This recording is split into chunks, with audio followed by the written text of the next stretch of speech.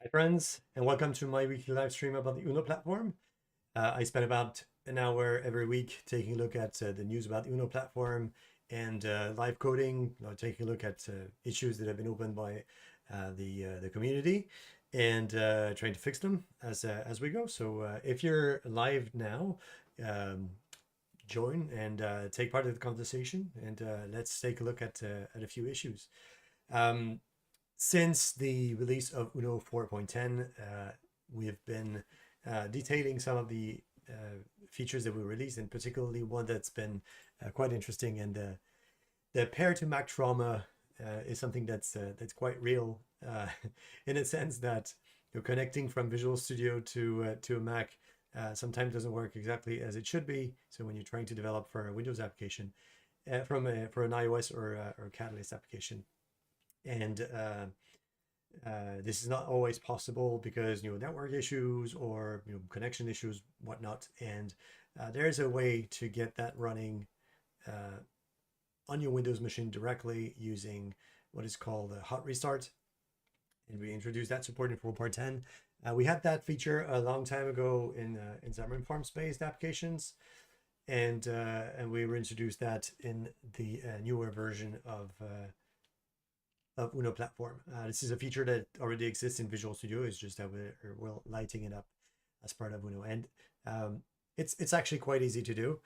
You can develop your application on Windows just by connecting your phone to your Windows machine, and you're going to get a set of message boxes. They're gonna help you set up everything and download certificates, provisioning profiles, and everything on your machine so that you can develop and debug properly. So that's a pretty cool feature, particularly if you want to test quickly something and not having a Mac next to it. You can connect to machines like a Mac in Cloud and others, so that works properly. You can use USB redirection from your Windows, but it's still is a bit of trouble to add to that to debug your iOS applications. Now possible using hot restart. So there you have it. Now let's go take a look at the issue that we were looking at last week. The issue that was reported was something that was actually quite convoluted, and the person that reported it was actually doing a lot of research on it and came to something that's actually quite interesting, and was mentioning that when they were using a double animation in the storyboard here to animate a text block here, um, it was not working until they were doing something pretty complex to get it working. And last week we went to the point where what we discovered is that there's an optimization inside of Uno that makes that simplifies the writing of the storyboard so that it becomes lazy and that it doesn't spend too much time initializing something that doesn't need to be. The problem is that because there's a next name here defined, that means that the part storyboard that's defined at that location can be used from the code behind. And that's something that is available here. So if we take a look at the code behind it was done here, we can see that there's that property that's called storyboard that's doing a get template child on that part here, and trying to get a storyboard to begin. And unfortunately, that property is returning null because it cannot be found. So what we're doing currently is trying to determine why that property is not that member here is not defined properly. And during the last week's stream, what we found out is that this storyboard is lazy, but it is defined in a lazy way, and it's not supposed to be, at least not completely. And we're trying to replicate that issue that was inside of the sample application that we had on the side to be the same inside of our unit testing environment that's inside of Uno. Now, what we can see here is the generated code for the main page that we have around here. Actually, it's not the main page. So let me take a look again at the source code that we have. So in the main page, we have a static style that is defined. And we had, if I remember correctly, something that's defined in app resources somewhere in there. There we go. And we have a storyboard that's defined at that location. And the XAML that is generated for that storyboard is this one. So we can see that we have the grid that's generated here. So it's the equivalent of that grid. Then we have the resources that are defined. We can find the resources here. Then we can find the storyboard that's defined here again. And then we have a weak initializer that is defined for a storyboard that's inside. And the problem that we have is that this part here that allows for the member part storyboard, or to have a name that we can find as part of a control template, is registered as part of the weak initialization, which makes it not available until the storyboard is actually materialized and used. And that is something that we need to change. And we made a change so that this part would be generated, but so far inside of the test, it was not generated. So that's what we're going to try to troubleshoot, trying to find out why that generation is not available. So it's actually quite deep in a sense. That is a feature that is pretty low level, but it's quite interesting to see how all of this is implemented inside of Uno, so that we can get something fixed, and for people that do want to contribute to Uno, to get to know how to build that kind of feature. Okay, so actually let me roll back a few things that we had from last week, because we made a few changes. So in the generator, we had modified a piece of the code that said that if we are inside, so we tried to determine, oh yes, okay, I remember now. So we tried to get something to be written after the block that was supposed to be lazy, and we couldn't get it to be lazy. So for instance here, we can see that the storyboard was defined as part of the grid here, and I think it was inside that control template. And instead of a style, instead of a resource dictionary, and that storyboard that was supposed to be the same as the one that we have in the sample app is not working properly. So that's something that we're going to try to troubleshoot. So if we go back to our original issue, we had in the app resources, we had our style that was defined, and we had that storyboard that was defined at that location. But what we can't get is the same storyboard to generate the same lazy part in that context. So what we're going to do is try to find where those locations are invoked in the code generation files. Try to figure out if there's something that we can change. So we have the build lazy resource initializer that's located here, and I can see that this part may not be called if the should lazy initialize resource is returning false. So we can go try to find out why this may not be defined. Okay, so we have a test that says if there's an XName property, and if we're not in a top level dictionary, so that's the first one. If we're not inside an Uno assembly, and if we're not inside of Uno Fluent assembly, so maybe there's something there. Maybe that's related to that specific feature that says that if we're inside of an Uno assembly. And the thing is that we may not be inside of an Uno assembly, but because we're inside of an Uno solution, then it may change the behavior of the materialization of the content. So let's try to see if we rebuild our tests here, see if the generated code at that location is behaving differently. So, interestingly, that's a Visual Studio that I've not closed since last week, so it should be building actually quite fine. It's interesting because that's the thing that has changed quite a bit since the original of a few years back with Visual Studio, and it tended to crash very frequently. and I can get a Visual Studio running for a week and not touch it, and it will still be there and be available. Let's see if the memory consumption is not too high either. Yeah, it's not too high. No, it's not too high. No, it's pretty high but for the size of the solution that we're loading, it's not that bad. And we were talking about a large solution that contains a lot of code, so that makes sense to see there.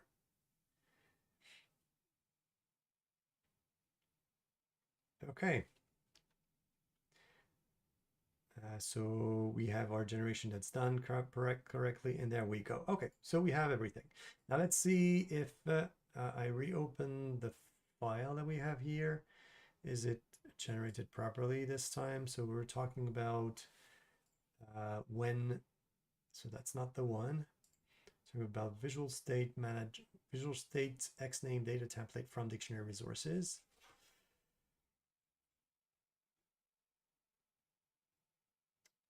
Resources, that would be this file. And we're trying to find, again, our storyboard. So still the same thing. So our storyboard is still not lazy. That means that there's another condition that goes away that prevents our initializer to be there. So one of the things that's interesting here is that I'm not getting to the point where I actually put breakpoints in the code for now, because the problem is that the solution is so big that stopping on that specific part may be a bit complicated. So I'm still trying to get to a point where we can debug it without we can troubleshoot without using a debugger. So we have is implemented symbol. So okay, so we have a type implemented here, so that's not the one. So if the type is a style, a control template, a brush, it's going to be lazy. And it's going to be, the declaration contains no markup, we can safely create eagerly. Otherwise, it can be, okay, so it may have descendants that are markup. Do we have descendants of type markup here? I don't think we do. We have a template binding here, but that's not supposed to be changing anything. That's not a markup extension. Okay, so that means that there's something else that we're doing here. So let's change a little bit. Let's change a little bit the code to get to why we're not generating everything properly. Okay, so we have a writer here. So we're going to be writing something just to see if we're actually getting into that portion. My guess is that it is. So we're going to say false here.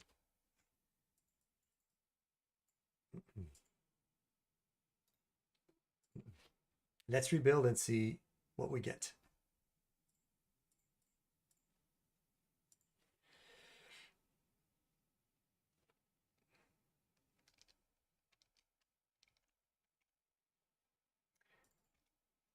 Okay, so there we should be having, I built this a little bit slower than last week, so maybe it's going to be something that we can change and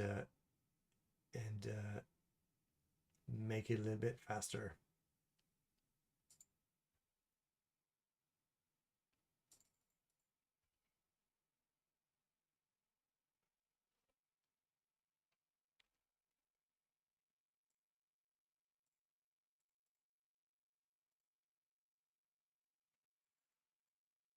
Hey Dan, thanks for joining. So what do we get? What do you mean with what do we get? Okay, so we regenerated the file. So let's see if we have, okay, so it says, should lazy initialize the resources? It says false. So what do we get? We do actually get should lazy initialize resources set to false. So this really is false in that context. So that means that we're going into this this section. So maybe we're getting we're saying this. We're not in a top level dictionary. We have an XName, but we're not in the top. So we are in a top level dictionary. So maybe there's something there that changes. So let's see. We changed this part to be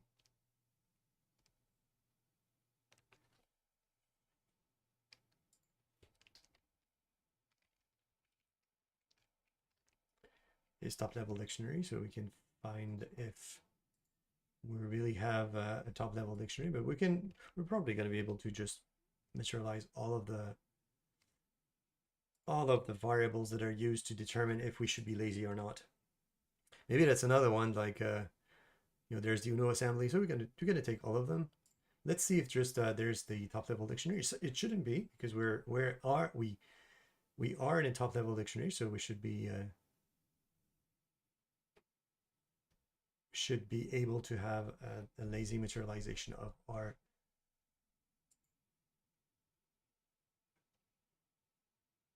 storyboard. I see McNetz is here. Thanks for joining.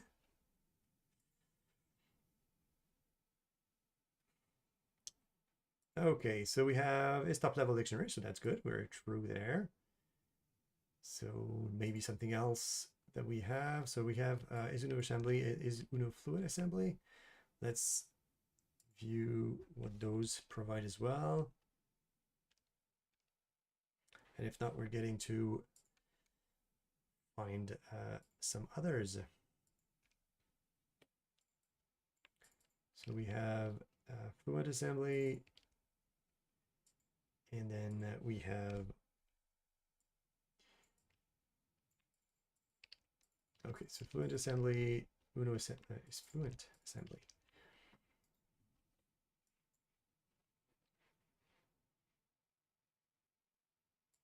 So we're gonna try to change the generator. So given if it's one of those, and we're gonna have to change the generator so that it doesn't take into account any of the unit tests, so that we can validate the proper content, and we can actually test this in unit tests, which is not something that we're doing currently.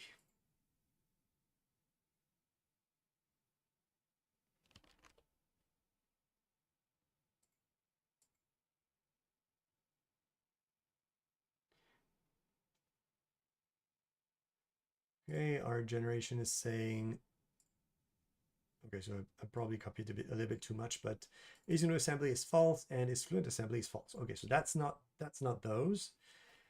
Means that it's another one. Okay, so we've put that one aside. Is implemented symbol.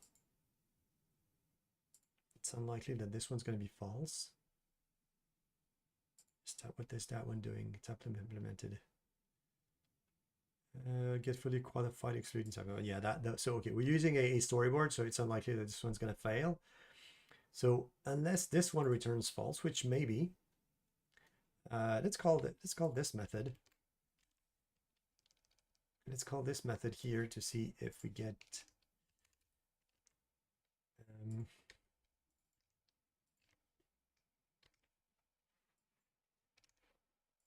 has descendants of markup extension. Remove the rest, not super useful. Oop. Too much.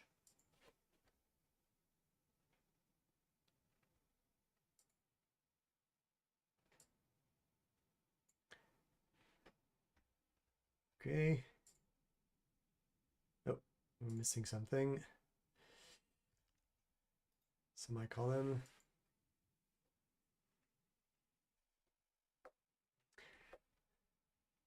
Yep, thanks, McNitz.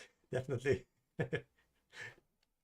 You're probably seeing this with a bit of lag compared to what I'm seeing, because of the time it takes for YouTube or Twitch to show the content.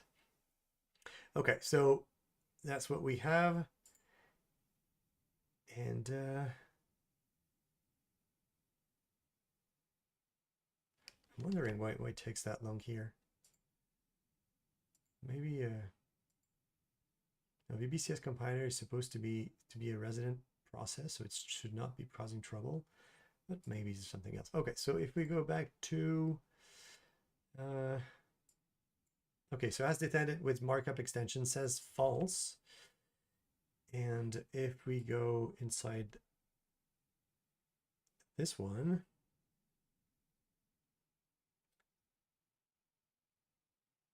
So if it has descendant with markup extension, so if it doesn't have any markup extension, then it should not be lazy loading.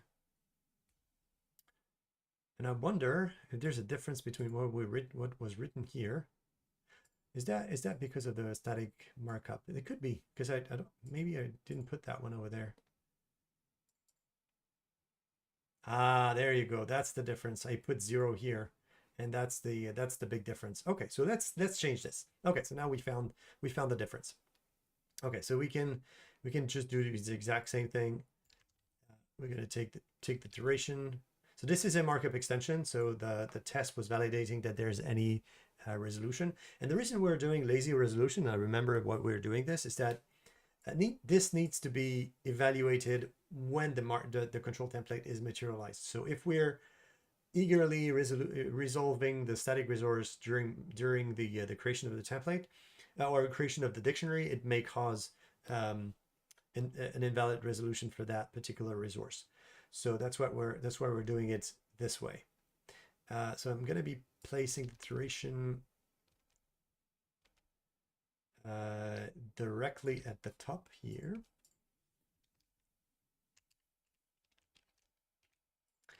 Okay, so I have my duration, which is duplicated here. And now at this point, now that we are having a static resource inside, we're going to have the control template being, we should be having the control template to be lazy materialized. There you go. It is lazy materialized. So we can see the weak resource initializer.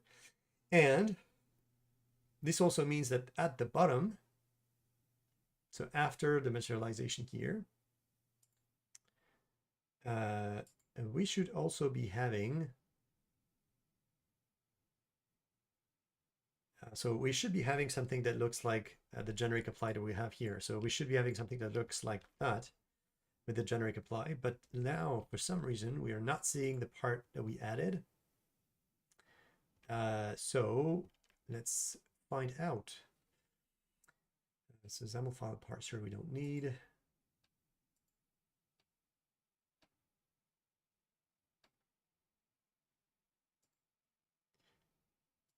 Okay, so we were, I don't remember which one that was. No, that was not the one. That was not the first one.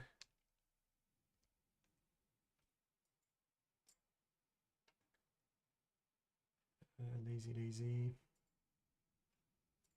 Oh, there you go. Trying to find a second location. Okay, so we were at that location. So this we don't need anymore because we know why we're not lazy initializing the resource. But we should be hitting that part, which is if the member has a name and the name has a value, we should be seeing that specific part, which is the X name, and we're not seeing it. Okay, so let's see first if we actually are in that location. Oh, sorry. So the name value is not there. So let's pull this one out for now.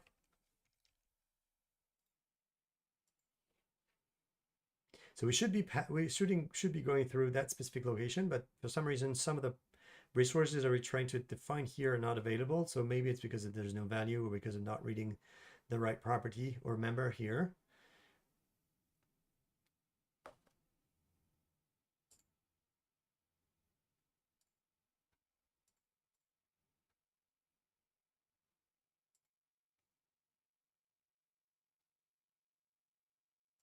And we should be having something added to the end of the weak initializer when we get to the build of the Uno UI test. I'm surprised. There you go. Okay, so we have the X name that's available. So we're going to try to add the generic apply at the end. But so far, because we're not getting, okay, so it's not null or empty. So that's probably the reason. If we have the right test, it works. Now, what we need to add is a generic apply block. So that's the one. So we're going to try to find where that is built. And there's a method that's supposed to be called that way. I use generic apply. That's to create apply block here.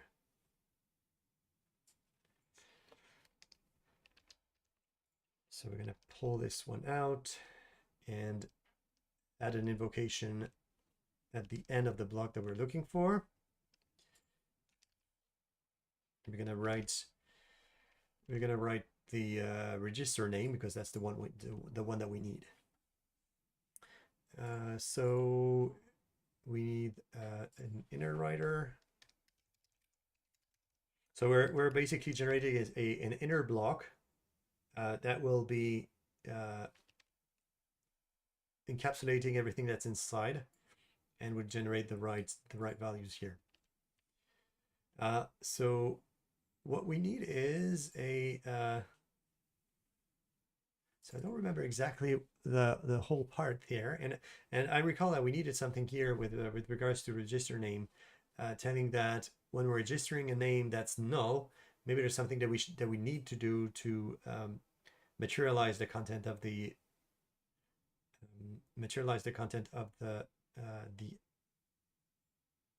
lazy initializer. So we're going to try to build that. So we have a writer here. We know that is there a type that we need to use? It's a very good question. Is it a type that we need to use? Most likely that's going to be the definition of the type that we had before. So that would be get type resource type here. So we try to figure out the type that has the X name applied. So that would be the one. And for the closure name, I don't know which one that will be. So let's make it a custom one. So what we're trying to do here is generate the closure name. So this is going to be the closure name. And when you're calling the generic apply method to generate it, there's a new variable that's generated that passes the content of the weak initializer that's defined here. And I'm not too sure exactly what we're going to get to. So we're going to try to find what we need to pipe to the register name so that when a control template tries to resolve the lazy initialized key, then we get the right value. So let's try to put just the name scope there directly. So we're going to be writing a name scope directly. And so the name that we need to use is the actual X name that we got. So in that context, there will be name value. And then what we don't have here is something useful. So what we're going to do is just passing the closure name. What that means is that the variable that is going to be passed to our C2 here, or the equivalent at that location here, will be the weak resource initializer. And maybe we can swap it out or get something to be registered and be usable. So we're going to try to figure what that does. But first, let's see if it compiles. So we should be having a new block that's generated in place of the X name that we have at the end. And that will allow for the storyboard that's lazy initialized to be picked up by the name resolution system. And we had a test for this, if I remember correctly. So we had a Visual State Manager lazy, and I recall that we had it fail, which was good. I recall that it was the second one, and we were trying to find the get template child here, and that part was null because the element storyboard 01 was not available when we were trying to read it. Okay, so it fails, and it fails for a reason, not sure which one. So it says that we're generating something incorrect. Okay, so yeah, that's a very good reason. So this is failing because we have the apply block has not been generated. And there's probably a good reason for this. It may be because the resource type is not available for some reason.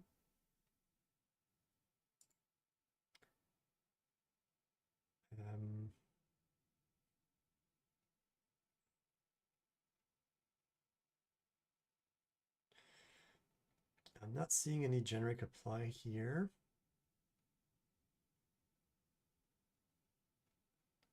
Because that one is the XAML apply handler. So that's not the one. I mean, there's another there's another method that we need to use, and I think we have that in the. I think it would be here. So let's see. No, that's not the one. I think we had the. Maybe that's this one. Okay, there you go. We have the generic apply here. Okay, so that would be the XAML lazy apply block indented string builder. That's a mouthful, but that's the one that we're looking for. So let's see where we use that one. Okay, so we're supposed to be using it. Okay, so it's supposed to be create apply block, but for some reason, we're not getting to generate that particular one. And it says that if it's not a top level dictionary, expose context, that's not the one.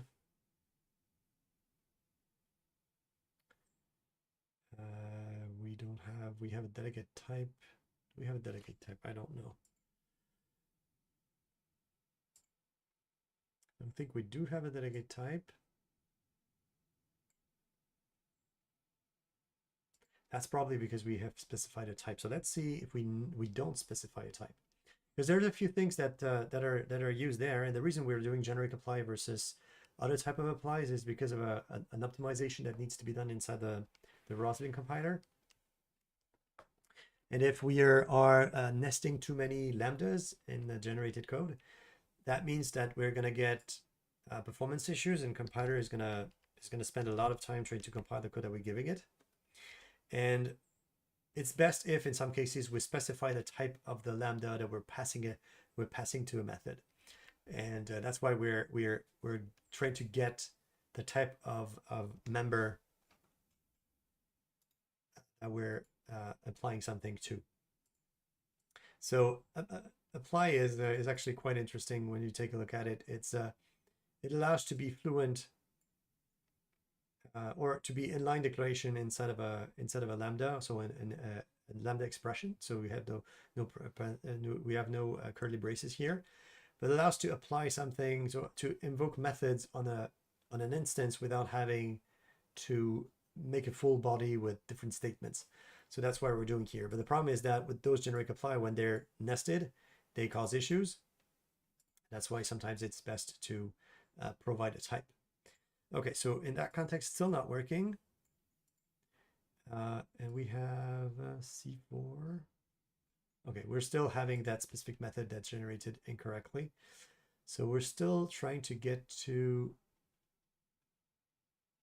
why we don't have a dispose block that is generated properly. Okay, so we're here. We have a block writer. In that block, we're not generating anything. So we have the lazy. We don't have an applied type because we passed null in the parameter here. And when we're getting into this one, we have a try apply. So I'm not too sure exactly why we're getting this. Try apply. Oh, I know. Okay, so so that's an interesting topic. So the idea is that we generated a new indented builder so that we can write some code. The problem is that we're writing using the outer writer and not the inner writer. So while we created the apply block is considered empty because there's nothing written in the block writer. So the generic apply is not generated.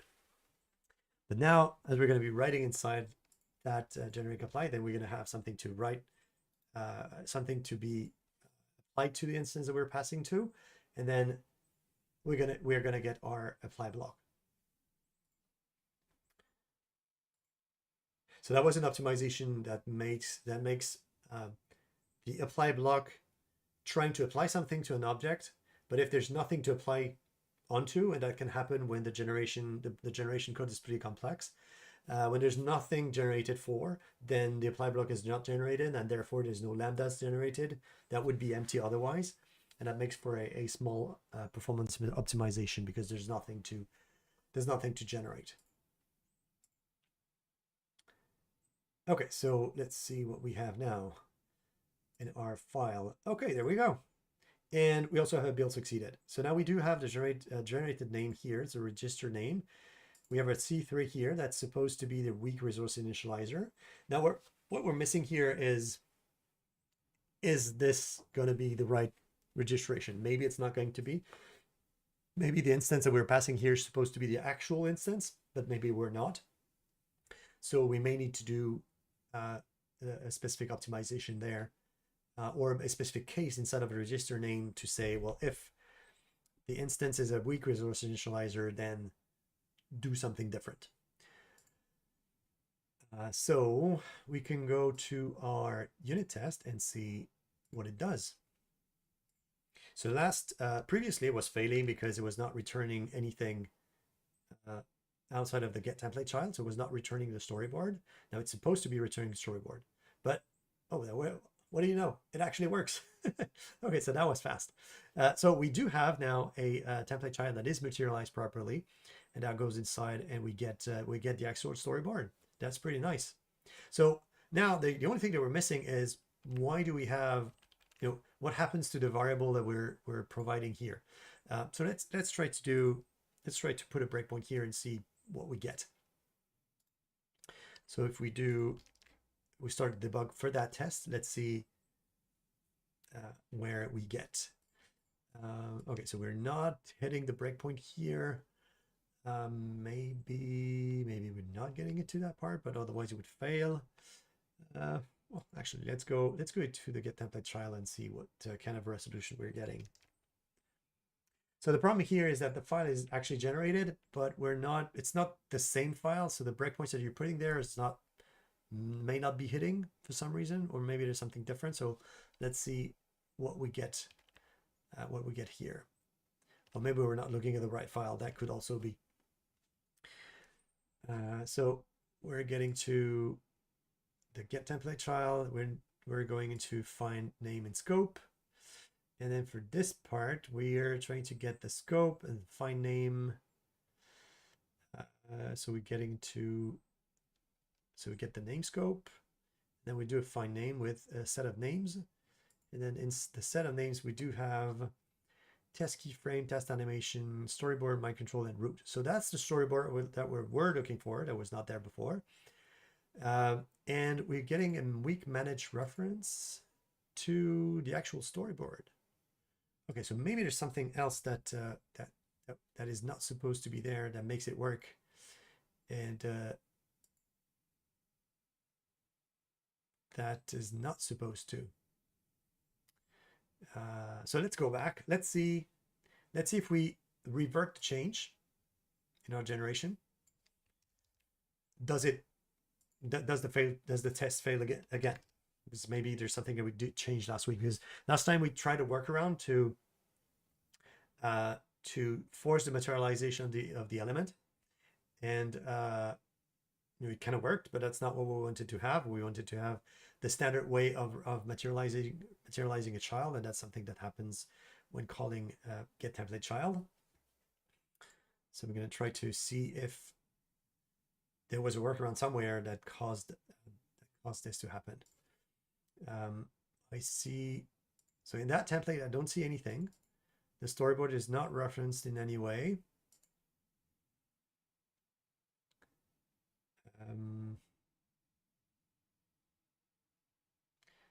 Easy test data template. Okay, so it's still passing. So that means that there's some kind of a workaround somewhere that makes it work, which is not what we're looking for.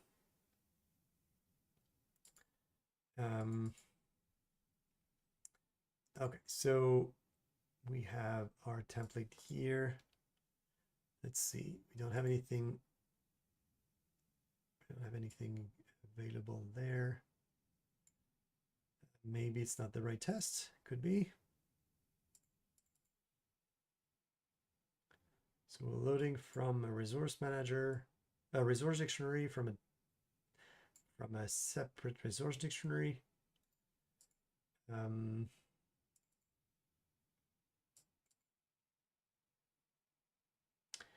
We have our storyboard, and for some reason it gets materialized and it's not supposed to be. That's interesting.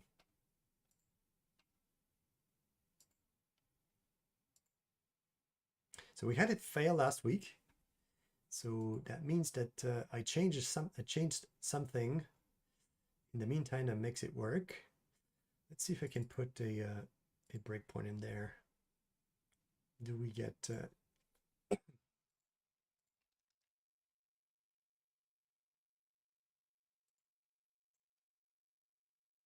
okay, it's not doing anything here.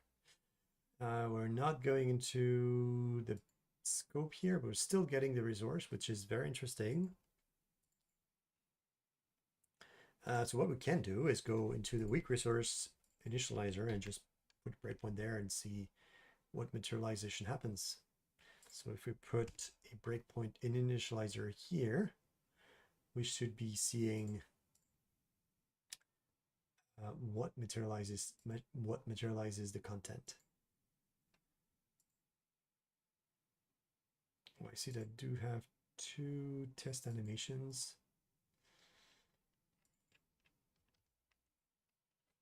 Am I looking at the right thing? Maybe not. So this is the content control that was there originally. I may not be looking at the right one. Let's see. So we're looking at the data template. Ah, that's why. Okay, so we're not looking at the right one. So it's from dictionary. Let's see if it fails. Let's see if it fails this time.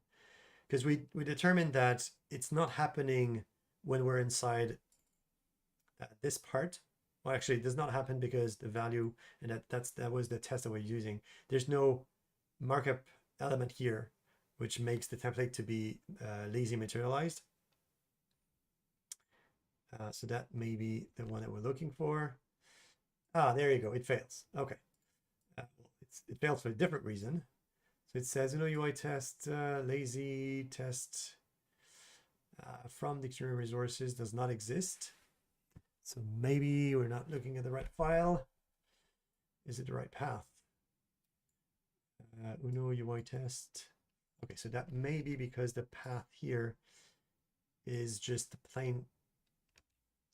So in general, when we're inside of a normal resource, a normal assembly, we're supposed to be having to resolve resource dictionaries using the assembly name.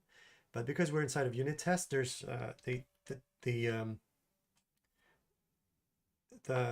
assembly itself is considered like a nap, so there's no name. So that means that we need to put everything at the root. So if we start, let's see what we get now. So the test is supposed to fail the same way, but this time it should fail with the fact that the storyboard is empty. Okay, so that's good. Now, if we restore our code generation, which is here, let's see what kind of failure we do get. So now we should be getting something where the namescope should be having an incorrect value, and we should be resolving that incorrect value to something that makes sense. So let's try to see what we do get at that point.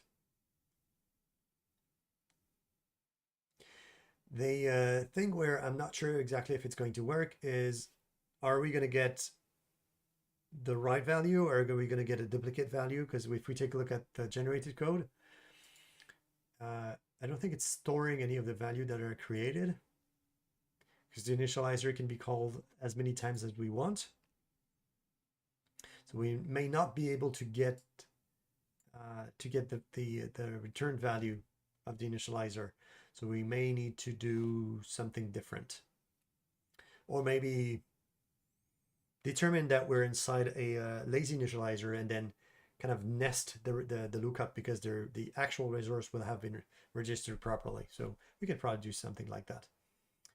Okay, so it's still null, which is good in a sense, because it would have been interesting that we're not resolving anything here, but now we should be able to put a breakpoint, because we're actually now looking at the right registration. So far it's not generating the right content. Did we regenerate everything? Ah, yes. Sometimes that happens. So the generation did not happen because nothing changed inside of the unit test assembly. So we changed the generators, but we didn't change the unit test assembly, so the code was not regenerated. So let's see if we get something different now.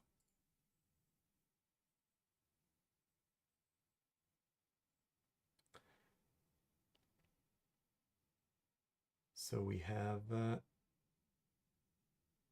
do we get our unit test assembly to be built? Yes, we are. And is there our block now? Probably we're too low. Are we in the right file? No, we're not in the right file.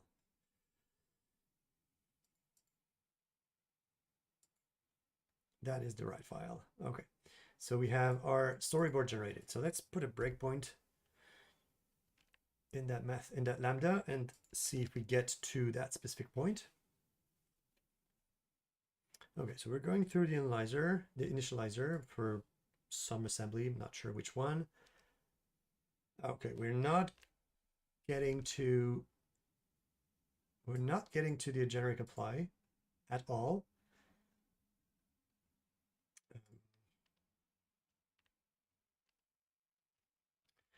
Okay. Do we get to this line?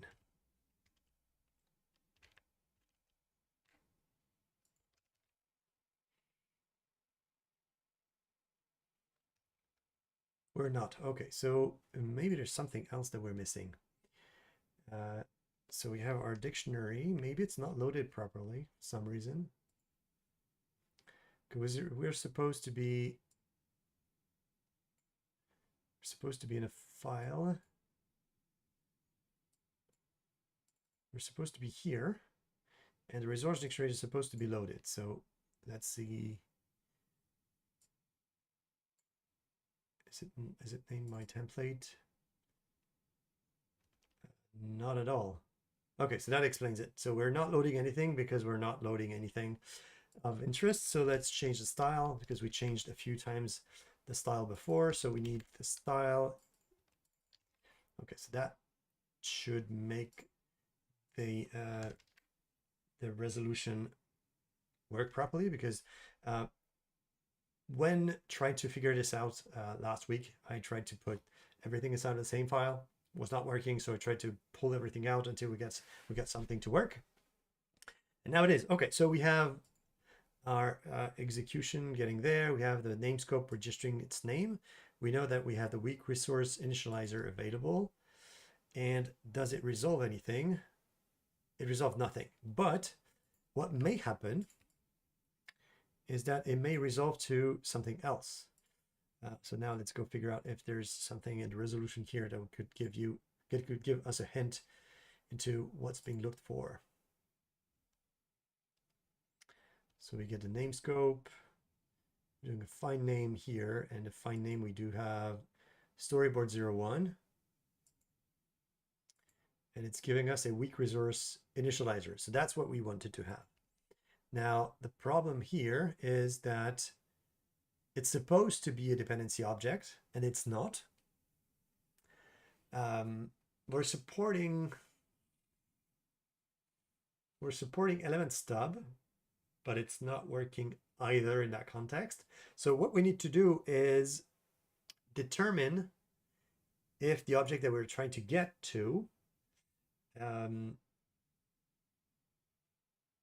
is a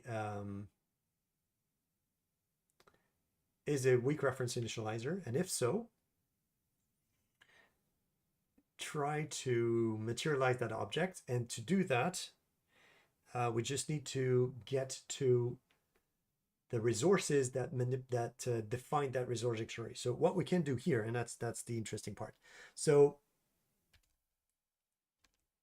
what we can do instead of passing the object, and so C3 here, what we can do is just pass the dictionary completely. So let's the resource dictionary. So if we get the resource dictionary, we can force the invocation because we would have the context. So let's change the generator so we do have the resources available. So instead of passing the closure, we're going to pass the resources, which are going to be the immediate resources content for the initializer, if I remember correctly. So let's see. That would be, actually, that would be this. So if we take a look in the context that we're here we are inside of a builder.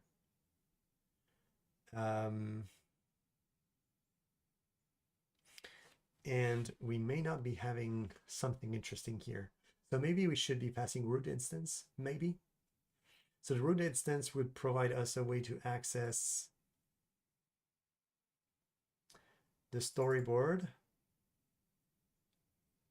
but that may not be enough to materialize the object. Is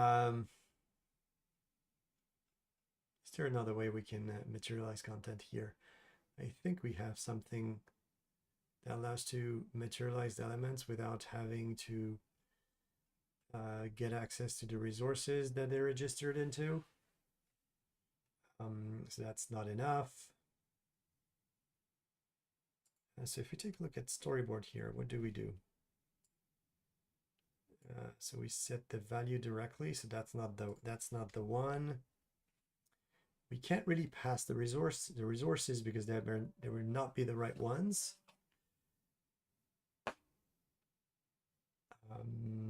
That is very interesting, because we need to be able to materialize that content that we have. So we have access to that particular initializer.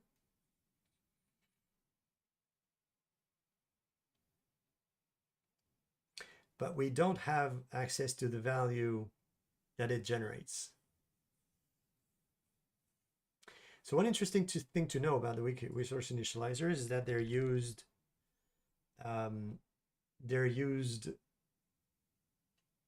where are they used?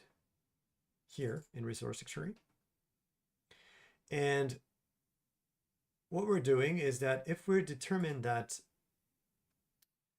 the weak resource initializer is a resource initializer, it's kind of a nested thing, we are replacing the value.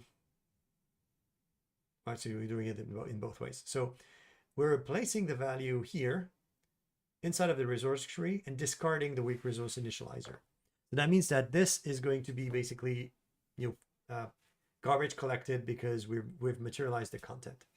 So what we could do is maybe modify the weak resource initializer and say, well, once the initializer has been called, the value is available and we can return that value in the initializer directly.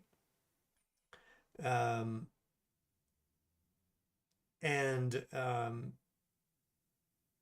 not care about any of the memory management because it's going to be removed. So right now, when we're doing register name, when we're doing the register name here, we're passing the instance of the weak resource initializer. And if it were to return the same value when invoked twice, which is basically going to be the case when the resource dictionary is going to be calling the initializer.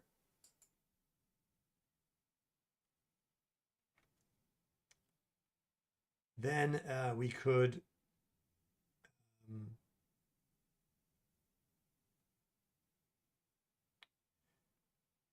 value, if it's a resource initializer.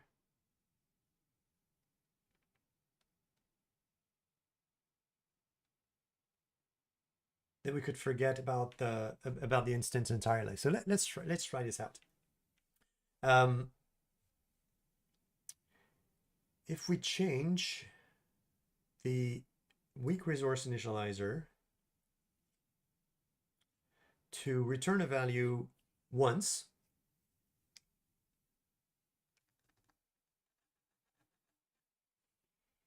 and the owner is always going to be the same. So let's do it that way. So that means that we're going to have to make a closure on the value. So that would be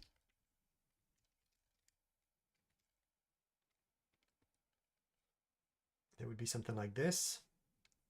You could probably do it in a single line, I would guess. So value would be, I think we need to, well, let's store the value, so that would be easier to figure out what happens when there's a value. Okay, so it's an object called value. We're nullable enable, which is good. We got our value here, and we can use a body expression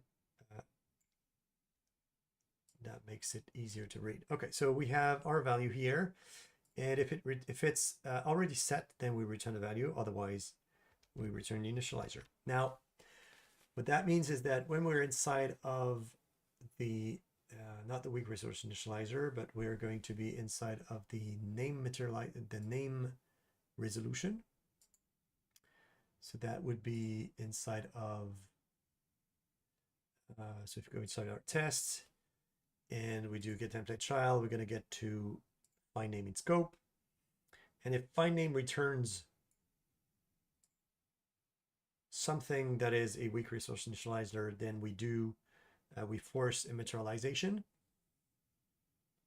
And then we can call find name again. Or do we? So we have access to the initializer, but we have not initialized anything. Is that enough? It may not be enough either. So that's interesting. So we have access to the instance, but we don't have a way to make sure that the resource dictionary that contains that instance is going to be the right one.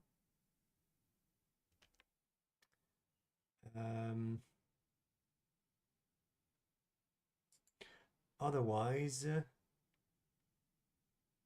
find name is going to be the instance, so that's probably fine. The problem is that we're not going to get that instance registered in the dictionary in the right way. But is that a problem? Probably not. Let's try it out.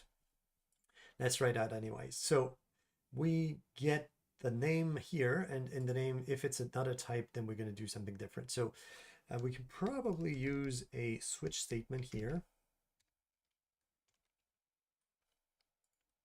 So if dependency object, if we have a dependency object, then we can return this part.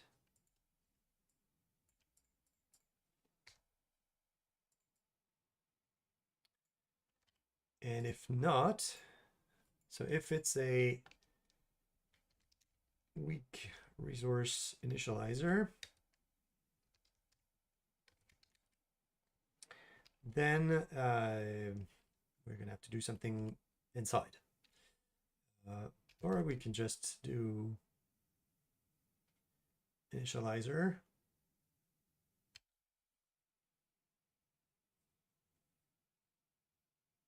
So what may happen is that we're going to be registering the name twice. That may be quite interesting. So we're gonna try to figure out what happens when we do this. So I did a switch, but it's probably not what I wanted. because we did find name and then switched afterwards. So that's definitely not what we need here.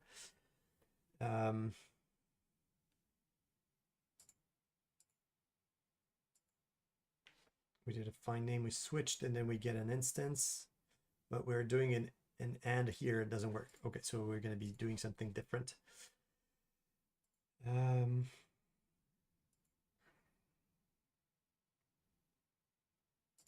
So let's change that a little bit. So we have our name scope here.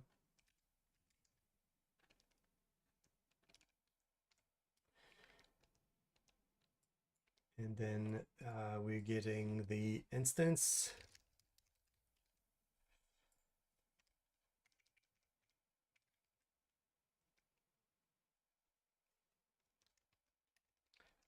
Let's return null for now.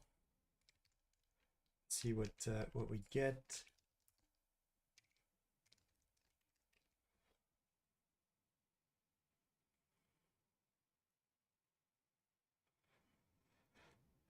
Does not handle all possible values, then I guess we can probably return null if we don't handle everything. So if it's neither of those, we're returning null, which is a duplicate of the other path. But for now, we're going to see what we get.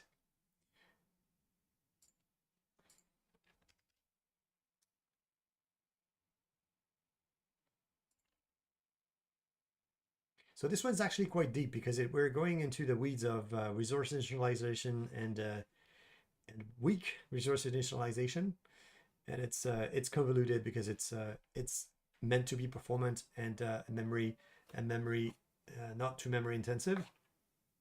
So trying to get to a point where we're close to the scenarios that we have originally. Okay, so it says unit test resources is a namespace but does not exist. Okay, so it looks like, oh, okay. I changed the generator and it's not at all what it was supposed to be.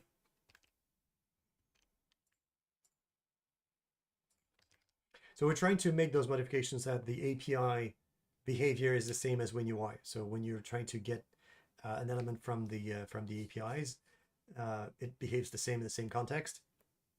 That was not what we were providing.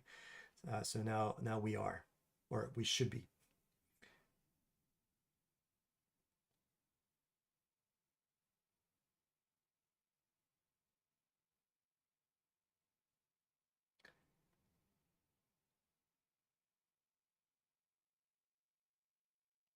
Okay. So does the test do anything? And it passes now. So that means that the return value is the right one. And that's quite interesting. Now we have a problem in a sense where when we're trying to resolve the object multiple times, it may try to register itself twice and fail.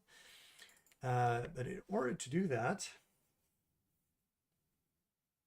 we may need to get an object that's inside the template and try to resolve something. So we can probably just try to resolve root and then try to get the storyboard again, but through a different mean. So we have root here, and we're going to get resources, and then we're going to get the storyboard again. And we should be having the same instance first. As a storyboard.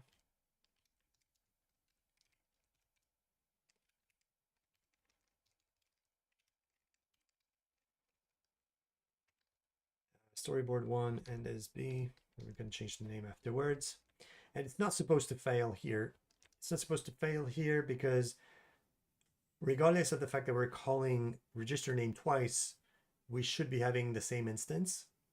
So we'll see if we get something different there.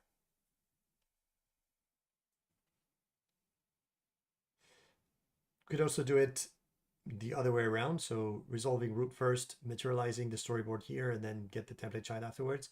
Though I'm not too sure if it's going to have an impact because this is the new registration that we're making is done at the creation of the template and not materialized lazy when we're doing it here. Okay, so let's see here what we get when we go inside of the materialization of the storyboard. That's actually quite interesting because that means that that part was registered properly again already, and regardless of the fact that this is generated. Okay, so let's see if we debug this where we do get. I want to see if we don't have two registration of the same name. So we have our register name here. So that's the outer one. That's registering the weak resource initializer. And we're going to get to the get template child. I will materialize the actual storyboard a second time. It will materialize the real one, but register the name a second time. And let's see what we get. Okay, so we can see here that the name already exists, which makes sense, but it's not supposed to be a warning. It's something that we expect to happen. Now the problem is, now the thing is that we should be swapping out the instances and say, well, the existing name is okay, and we replace the value with the new one, and that's good. So let's do a try get value instead. And if our ref for our instance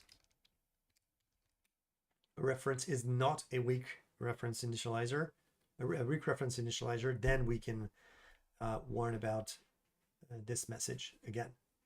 So if instance ref dot target is not weak reference initializer, then we can warn. And the second part will be, we're going to be replacing the registration of the name with the same one, but this time with the actual reference that should be there. And this part which should be gone. Okay, let's see.